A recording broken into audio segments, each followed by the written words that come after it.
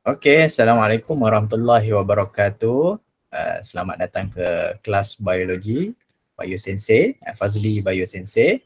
Okey, hari ini kita akan sambung pembelajaran untuk chapter 11, itu about inheritance, for subtopic 11.3 and 11.4.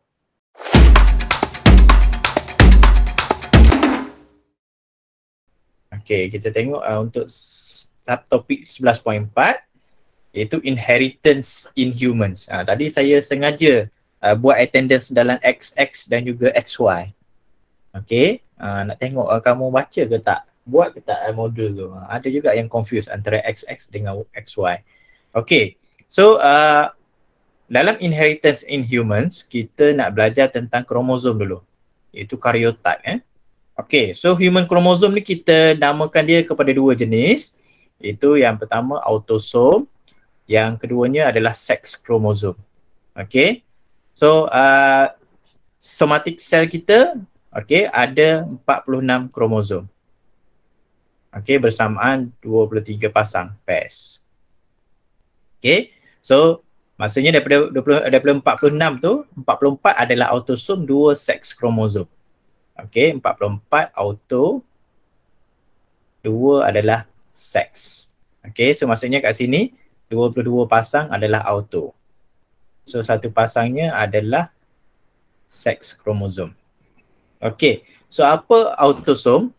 Okey, autosom adalah kromosom yang dinomborkan daripada 1 sampai 22 yang mengawal semua ciri pada sel somatik.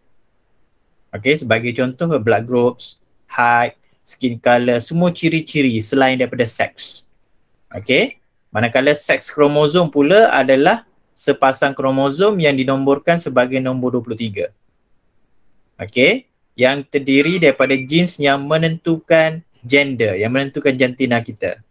Okey, untuk lelaki, kromosom seks dia adalah XY, perempuan adalah XX.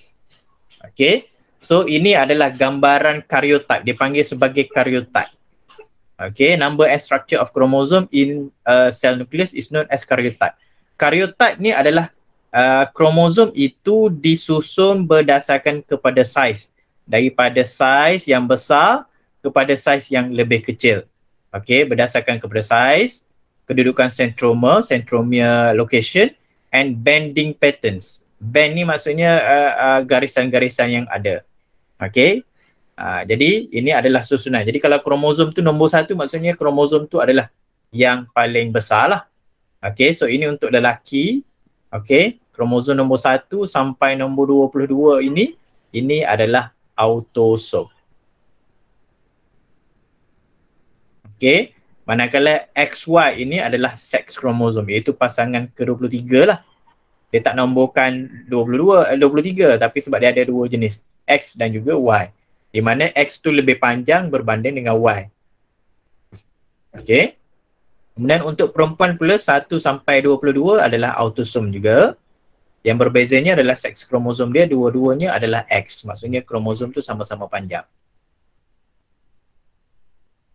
Okey. Okey. So apa yang kita nak bincangkan ini adalah perubahan changes of number of chromosome due to the failure of homologous chromosome to separate during anaphase 1 or the failure of sister chromatids to separate during anaphase 2. Kita dah belajar dalam tajuk bab 12 hari tu yang mutasi-mutasi semua tu. Okey, di mana kalau sekiranya berlaku kegagalan semasa proses meiosis, iaitu pada fasa anaphase 1 ataupun anaphase 2, maka bilangan kromosom akan berubah. Okey, dia tak bahagi sama banyak. So istilah tu dipanggil sebagai non-disjunction. Okey, istilah dia non-disjunction. Sama ada berlaku pada male gamete or female gamete. Okey, can possess less than 23, that is 22, or more than 23, which is 24. Okey, dia membahagi. Dia sepatutnya kalau 46 lepas melakukan meiosis, dia akan dapat 23 sama banyak. Okey, sel anak. Tetapi sekiranya berlaku non-disjunction, kemungkinan dia akan menghasilkan satu gamet yang kurang, satu gamet akan lebih. Okey, dan ianya boleh berlaku kepada sama ada gamet betina ataupun gamet jantan, female gamet ataupun male gamet. Okay, so this is the example of karyotype of male Down syndrome. Okay, lelaki yang menghadapi Down syndrome, di mana dia punya number of chromosome is 47. Okay, di mana dia ada 45 autosome and sepasang sex chromosome, di mana dia ada extra chromosome pair pada number 21. Okay, so kalau kita perhatikan kat sini, kromosom nombor 21 dia ada 3. Sepatutnya ada 2. Okay, so maksudnya semasa pembentukan gamet tu, okay, satu gamet normal 23 akan bercantum dengan satu gamet yang abnormal. Okay, maka terhasillah 47. Okay, dan kromosom yang gagal terpisah itu adalah kromosom nombor 21. Maksudnya pada contohnya kalau male gamet tu dia kalau kat sini 24, maksudnya nombor 1 sampai 20 dia ada satu saja. Maksudnya 20 kromosom. Tapi bila nombor 22 dia ada 2. Okey. Kemudian nombor 21 nombor 22 dia masih lagi satu. So kat sini ada 20, sini 2, sini 1. Kemudian tambah dengan sex, kromosom X sebagai contoh. So kat sini 1. So dia akan jadi 20, 22, 23, 24. So dia akan jadi 24. So bila dia bercantum dengan gamet yang normal 22 tambah Y, sperma, maka dia akan menghasilkan 45 tambah XY. Maka dapatlah anak lelaki yang Down syndrome sebab dia extra kromosom pada nombor 21. Okay, and then penyakit yang kedua disebabkan oleh non-disjunction adalah Turner syndrome. Okay, sindrom Turner. Okay, sindrom Turner. Sindrom Turner ni dia kurang nombor kromosom dia, 45. Iaitu 44 plus XO. Dia missing satu chromosome sex. Okay, there is a missing X chromosome in the pair of sex chromosome. The gender of individual with Turner syndrome is female. Jadi orang yang mengidap Turner syndrome ni dia sebenarnya perempuan, tetapi tak cukup sifat perempuan dia sebab dia hanya ada satu X saja. Maksudnya dia akan mandul lah.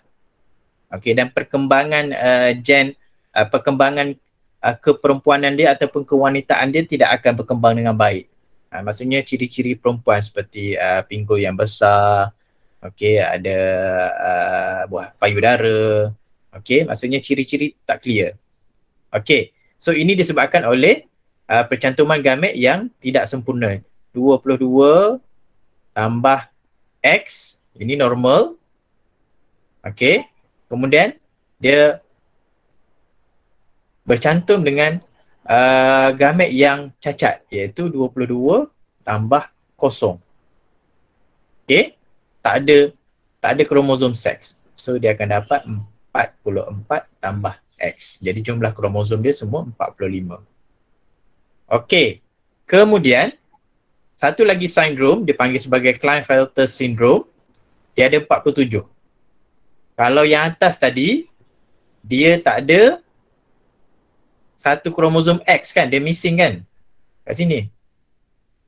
Okey, kat sini dia missing kromosom X. Maksudnya gamet yang terbentuk, satu gamet 22 tambah kosong, maksudnya tak ada kromosom seks. Satu lagi gamet 22 tambah XX. Pembentukan gamet perempuan contoh dia. Okey, so katakan gamet yang ini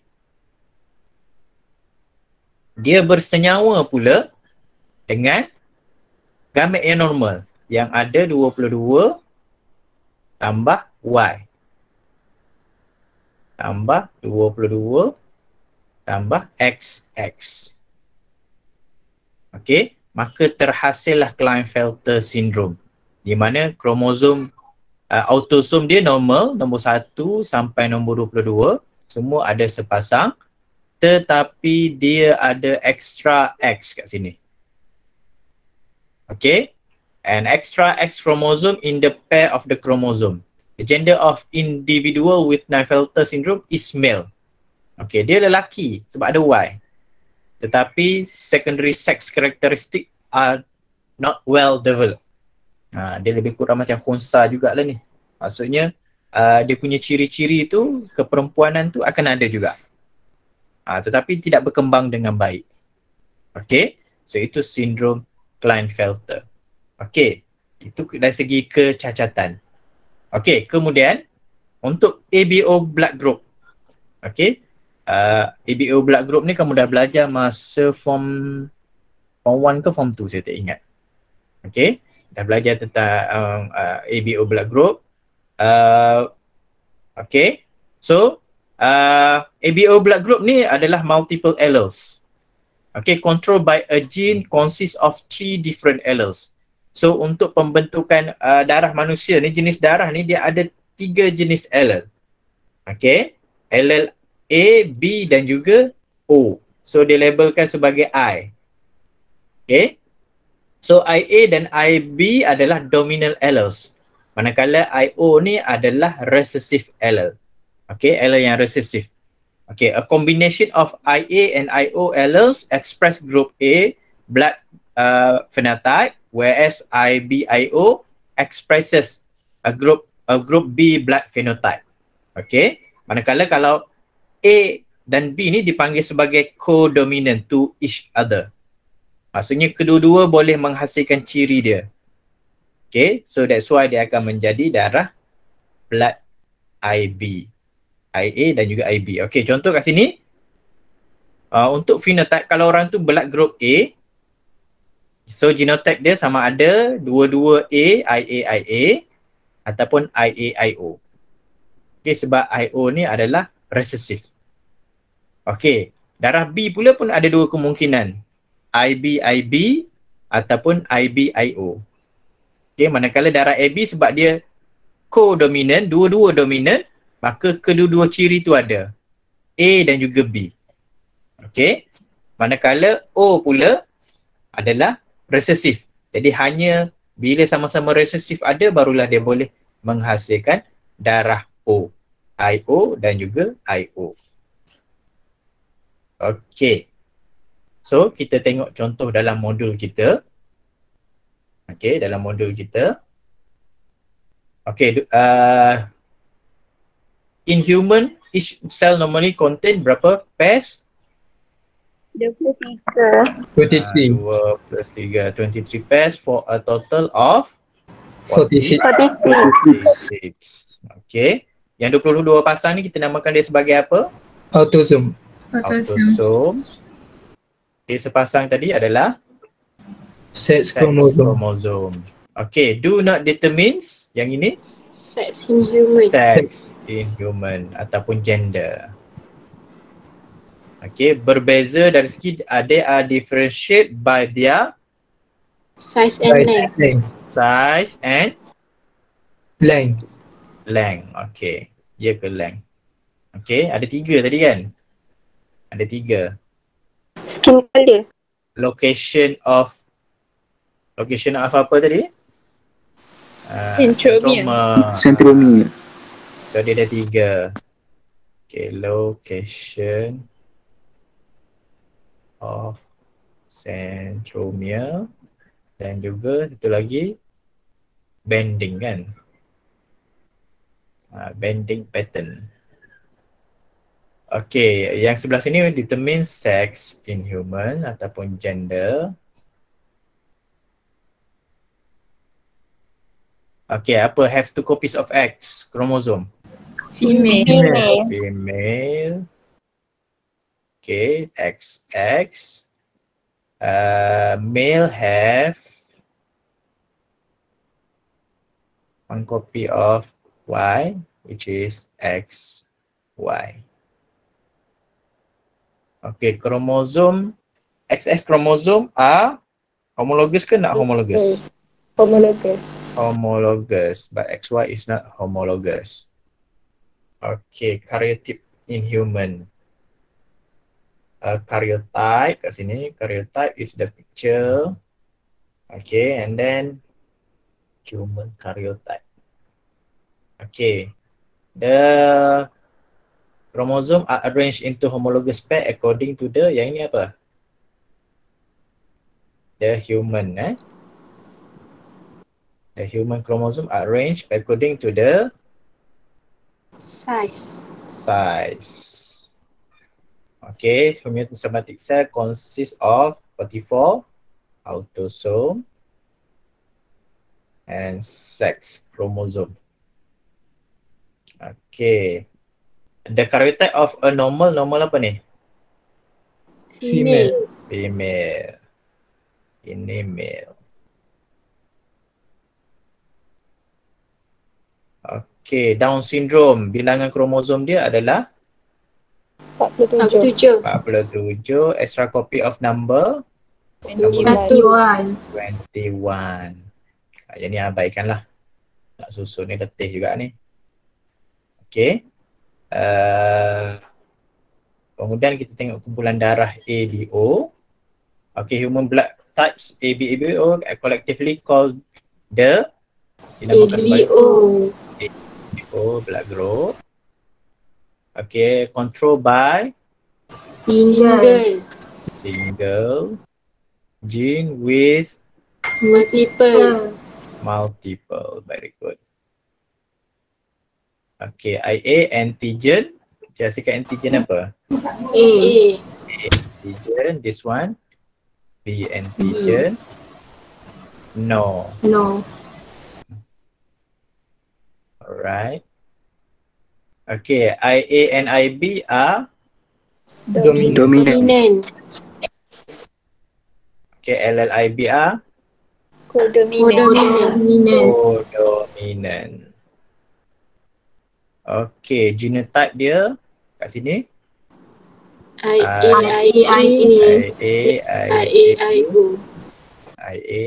IO. Ini IB, IO. Kecil dia kena tulis huruf kecil kat atas size dia. Okay, AB, A kat atas, IB, yang ini IO. Okay, so ini contoh dia, kes yang pertama. Pacukan yang mungkin di antara ibu bapa yang mempunyai darah yang berlainan. Possible cross, kumpulan darah A. Okay, so kat dalam ni kita isi dengan I, A.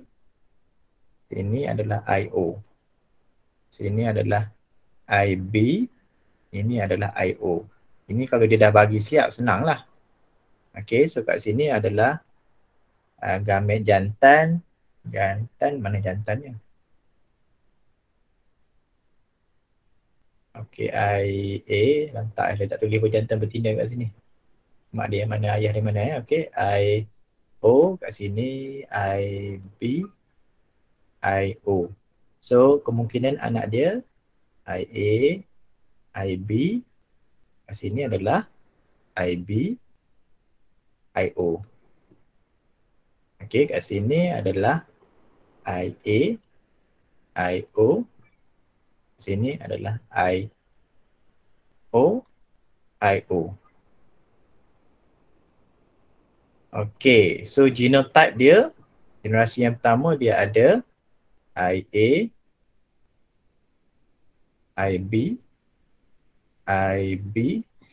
IO, IA, IO.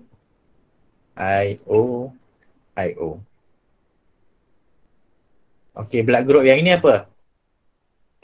AB. This one. B.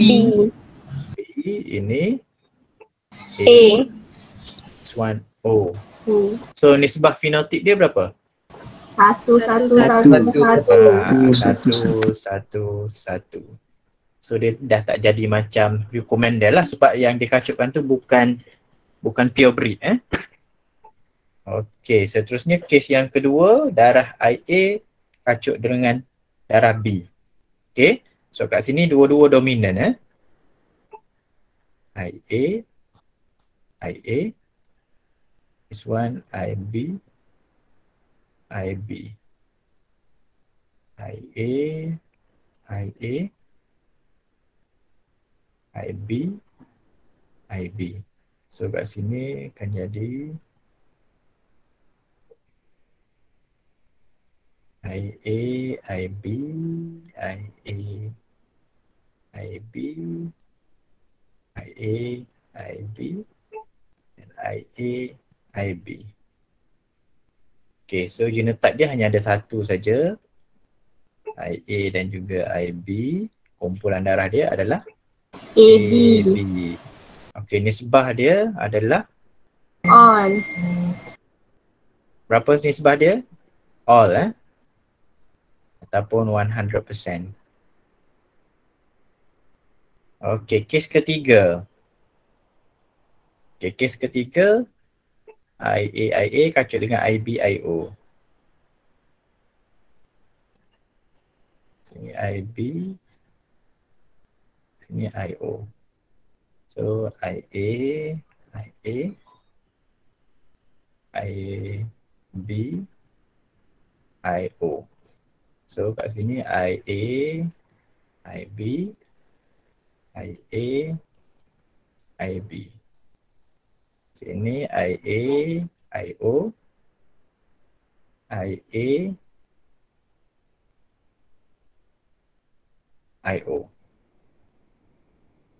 Okay, so genotype dia ada dua saja kan? IA, IB, IA, IO.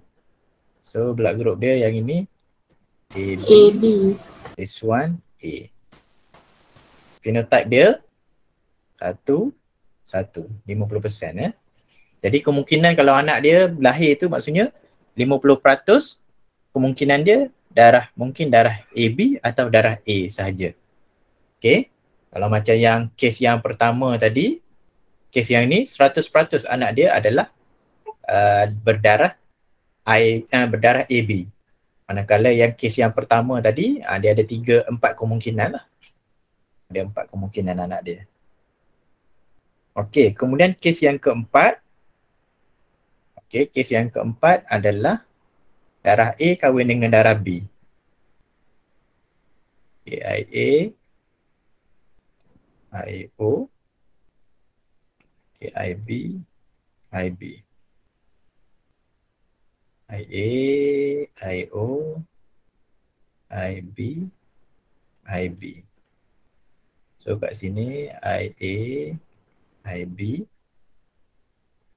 IA, IA, IB, IO, IB, IO.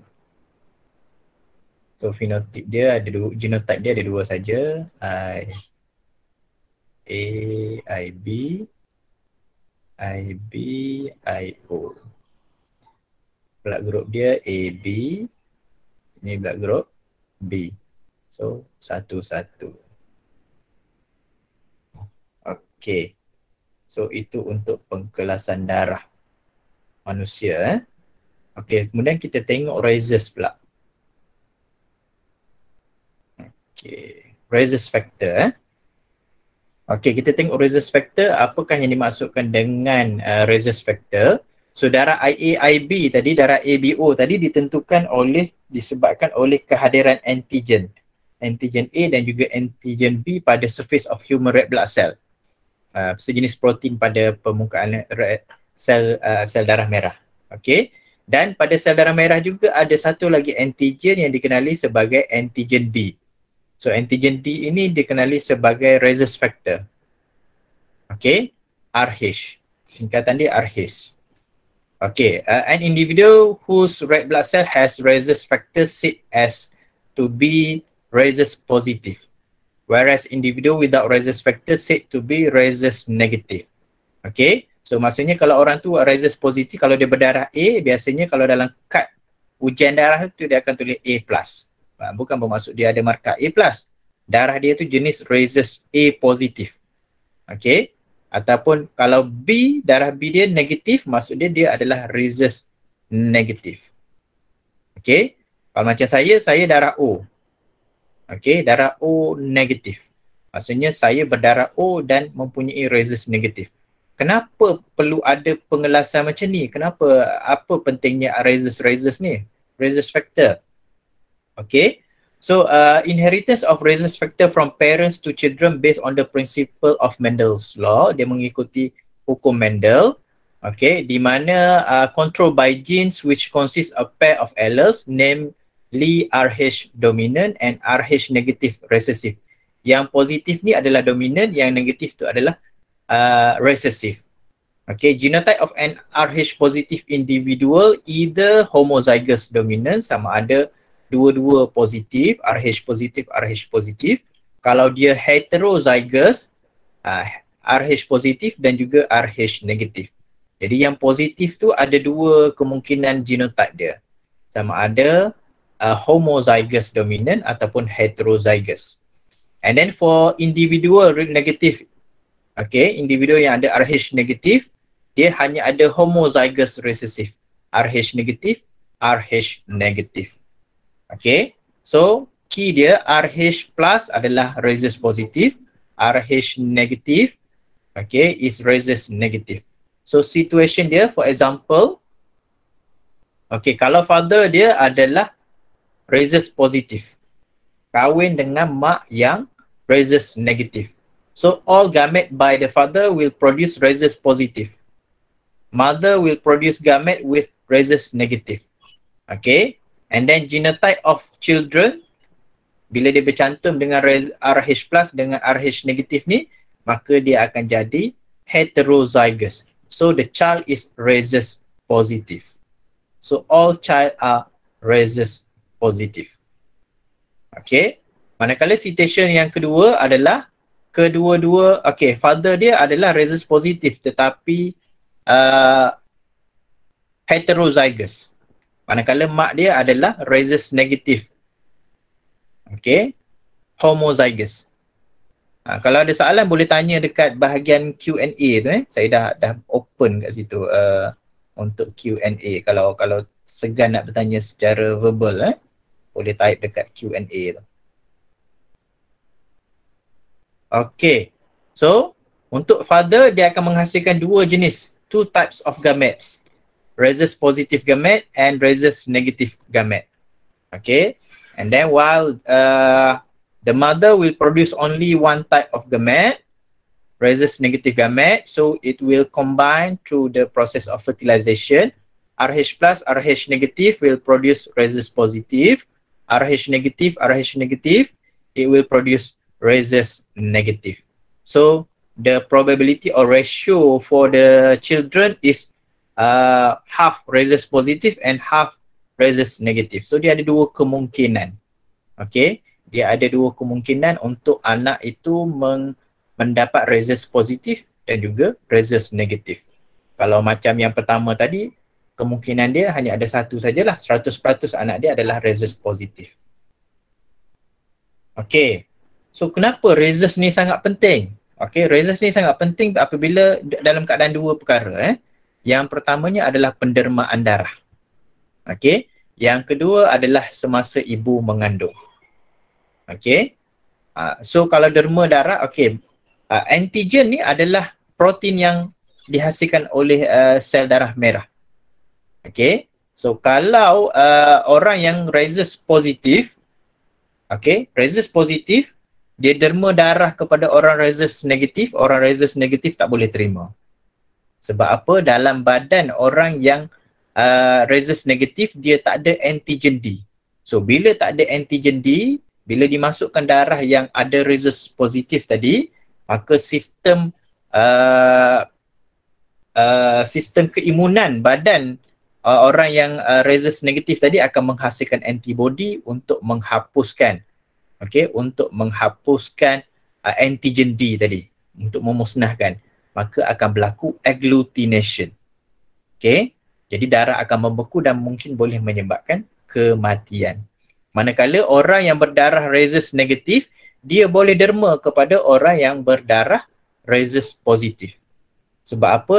Dalam rhesus negatif, dia tak ada langsung antigen D. Dan dalam badan orang yang ada rhesus positif, dia tak ada masalah. Jadi dia boleh terima. Sebab tak ada antibody yang akan dihasilkan. So maksudnya kat sini, okay, kalau dalam pendermaan darah, okay, contohnya orang berdarah A positif. Okay, dia hanya boleh terima orang yang berdarah A plus.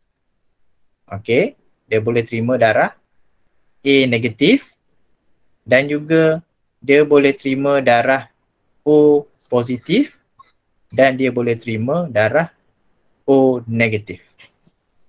Masa lower form dulu kamu tak belajar tentang positif negatif ni. Yang kamu belajar hanyalah A boleh terima daripada A dan juga O. Okey. B boleh terima daripada B dan juga O. Okey. AB boleh terima daripada siapa? Siapa boleh terima kepada AB? Siapa ingat? AB yo. Semua. Semua AB, A, B dan juga O. Sebab AB ni adalah penerima universal. Universal recipient. Sebab dia terima AB pun tak ada masalah sebab AB ni ada antigen B. A pun tak apa sebab dia gang, dia ada A. B pun dia boleh terima sebab dia ada antigen B. O pun boleh terima sebab O tak menghasilkan apa-apa antigen. Okey. Manakala darah O hanya boleh terima O saja sebab O ni tak ada antigen. Jadi dia kena terima, dia boleh terima O. Kalau dia terima B, B ada antigen B sedangkan orang darah O tak ada antigen B, maka akan berlaku agglutination. Antibody akan musnahkan antigen B yang ada pada darah orang B. Okey. Tetapi bila ada rhesus positif ni, dia kena pertimbangkan pula A positif ke A negatif. Okey, kalau A positif, dia hanya boleh terima A positif. Dia boleh terima semua jenis ni lah kalau dia positif. Tetapi kalau A negatif, kalau orang tu rhesus negatif, A negatif, dia hanya boleh terima darah A negatif dan juga O negatif saja. Berbanding dengan positif tadi dia boleh terima A positif dan juga O positif. Sebab O positif ni ada antigen D. Jadi A negatif tak ada antigen D. Jadi orang berdarah A negatif tak boleh terima. Kalau tak nanti akan menyebabkan berlaku agglutination. Darah akan membeku dalam salur dan boleh menyebabkan kematian. Okey. So, kita tengok kat sini, rhesus positif, individual that has the RH plus factor. This one, RH negative factor. Okay, antibody RH. Okay, ataupun kat sini ada antibody RH antigen. So dia berlawan dua ni lah. Okay, darah RH ni, RH negatif dia hasilkan antibody RH untuk bertindak ke atas antigen RH. Okay, jadi sebab tu dia tak boleh masukkan antara satu sama lain. Okay, RH factors is controlled by a pair of alleles which is RH plus and RH negative. Okay, RH kalau RH saja, RH positif ataupun RH negatif, kita ikut yang dalam buku teks. Dalam buku teks gunakan RH plus dan juga RH negatif. Kalau R besar, H kecil, R kecil, H kecil ni dalam buku teks lama lah, dalam silibus yang lama. So kat sini dia menghasilkan antigen. Antigen apa tadi? Antigen D ataupun antigen RH. Okay, so dominant allele dia adalah RH plus RH plus. Okay, so ini adalah dominant. Yang ini adalah recessive. Okay, so dia punya coding dia RH negatif, RH negatif. Okay, the antigen result when it reacts with the antibody from an individual without the antigen. Apa yang saya sebut tadi? Akan berlaku apa? Agglutination. Agglutination.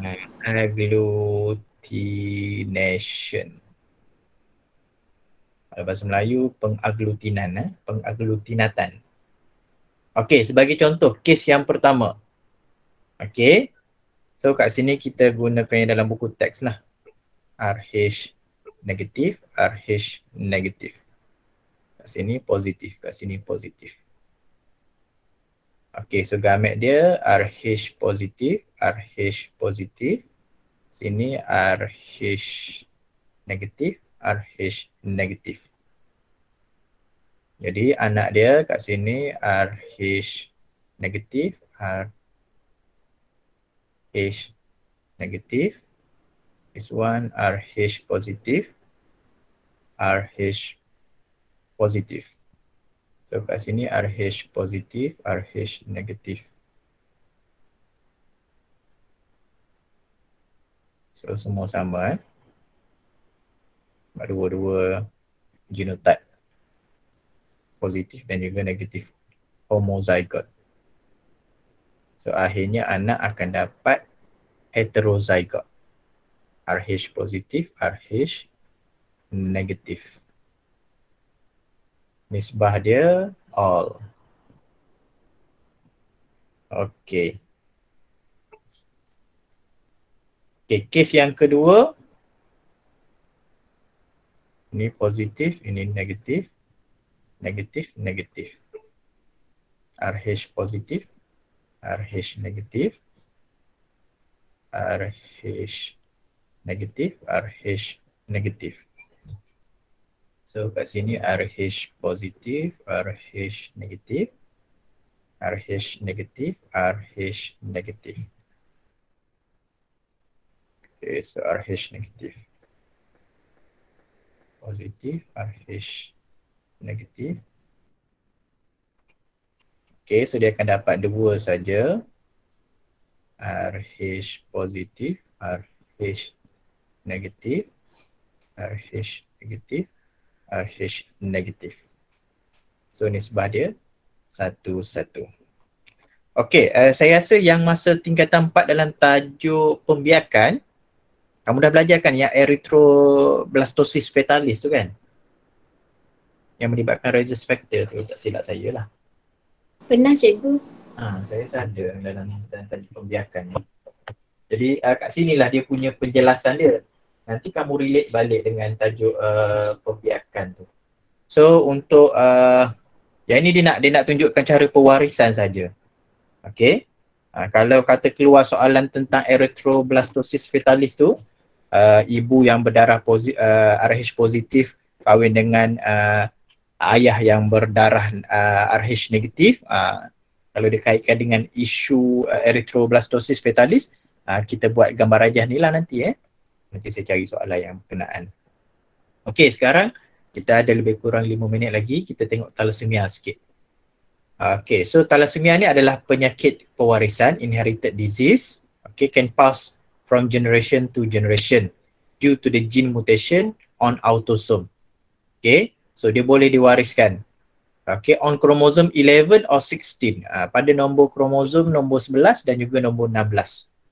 Okay, thalassemia is due to the abnormality and low number of hemoglobin. Okay, penyakit thalassemia ni adalah hemoglobin dia abnormal dan juga bilangan hemoglobin dia kurang. And then the red blood cell become smaller and paler. Okay, pucat. Kecil dan pucat. So ini adalah show the probability of inheriting thalassemia. Okay. So kalau normal mother kahwin dengan carrier father, so dia akan dapat anak normal, satu anak carrier. Situation yang kedua, okay, carrier mother kahwin dengan carrier father, so seorang anak dia kemungkinan normal, seorang anak dia akan kemungkinan carrier, dua orang dan seorang akan mengidap thalassemia. Apa yang dimaksudkan dengan sebagai carrier? Okay, thalassemia carrier adalah thalassemia minor. Okay, di mana the individual possesses recessive allele of thalassemia but individual does not show any symptom of disease. Dia tak sakit, dia hanya membawa genetik sahaja. That's why dinamakan sebagai thalassemia minor. Kalau tak silap saya, Form 5 tahun lepas ada yang mengidap thalassemia. Okay. Dekat exam SPM 2020, dikesan buat saringan ujian darah. Masa tengah exam tu, lepas habis exam tu klien hospital datang ambil, ambulans datang ambil untuk buat ujian yang seterusnya untuk pastikan kesahihan dia. Okey, kemudian thalassemia patient adalah thalassemia major. Maksudnya dia adalah recessive allele. Okey, so kalau thalassemia major ni, dia ada dua-dua recessive allele, barulah dia akan menunjukkan simptom. Okey, simptom dia tiredness, paleness, pucat, kelihatan pucat, breathing difficulty and changes in facial bone formation from the age of 3 to 18 months. Okay, so kalau ikutkan thalassemia ni dah pun diwajibkan untuk screening untuk dibuat ujian diagnostik sebelum perkahwinan.